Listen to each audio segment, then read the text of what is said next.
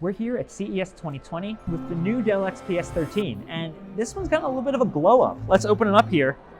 You're gonna see it's got a four-sided infinity display. Dell has finally ditched the chin, so there's no more big Dell logo. It's really thin on all sides. So you've got a new 13.4-inch display with a 16:10 aspect ratio. It'll be either full HD or roughly 1080p. You're gonna see a few other changes though, besides the new gorgeous screen, is that the keyboard now goes across the entirety of the deck.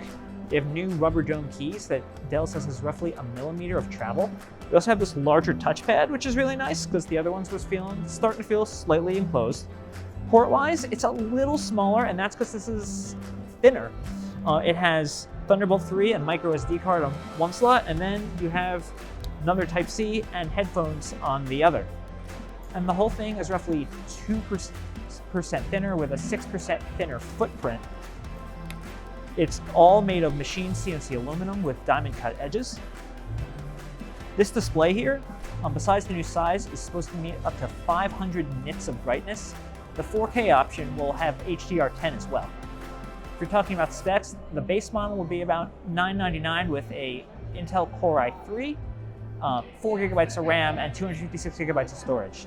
These CPUs are the same Ice Lake chips that we saw in the XPS 13 2-in-1, but not the Comet Lake chips we saw in the late XPS 13s last year.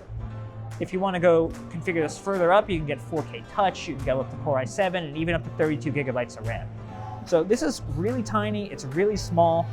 It feels a little clickier than the XPS 13 2-in-1 did in first impressions, but we're really hoping that it feels much better than that one did. We're really looking forward to getting this and playing around with it for a while in the lab. For Tom's Hardware, I'm Andrew Friedman. Keep it locked here for more from CES 2020.